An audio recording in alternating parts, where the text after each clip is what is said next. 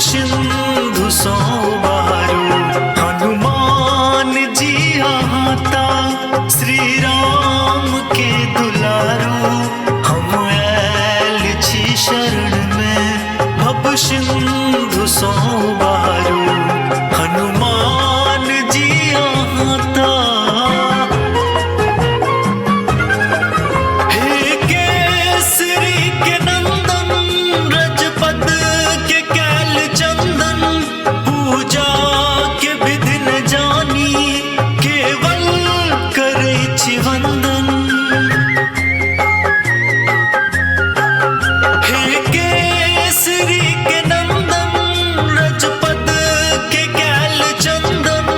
पूजा के विधि न जानी केवल करे छी वंदन। हम छी अधम महावीर बस एक बेर तारू। हम ऐल छी शरण में भव सिंधु सौ बारू। हनुमान जी आता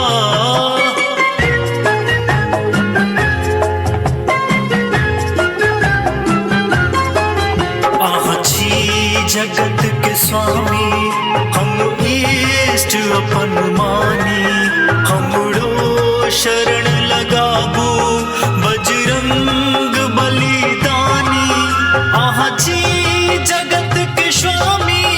हम इष्ट अपन मानी। हमरो शरण लगाबू बजरंग बलिदानी। एक बेर दया करू न ज्ञानक दीप बारू। हम ऐल छी शरण में भव सिंधु सौ बारू। हनुमान जी आता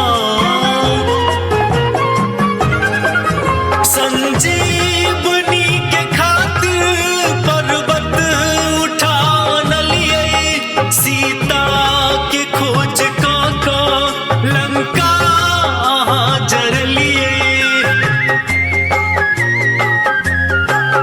संजीवनी के खातिर पर्वत उठा न लिए। सीता के खोज काका लंका जर लिए। बजरंग बली हमरो एक बेर विपत टारू। हम ऐल छी शरण में भव सिंधु सौ बारू। हनुमान जी आता हम भक्त छी अहीं के अंजनी के लाला। सरसक के सुध लेबै भाग्यक खोलू न ताला। हम भक्त छी अहीं के अंजनी के लाला। सरसक के सुध लेबै भाग्यक खोलू न ताला। भक्तक या भीड़ लागल सब भक्त के निहारू। हम ऐल छी शरण में भव सिंधु सौ बारू। हनुमान जी आता श्री राम के दुलारू। हम ऐल छी शरण में भव सिंधु सौ बारू।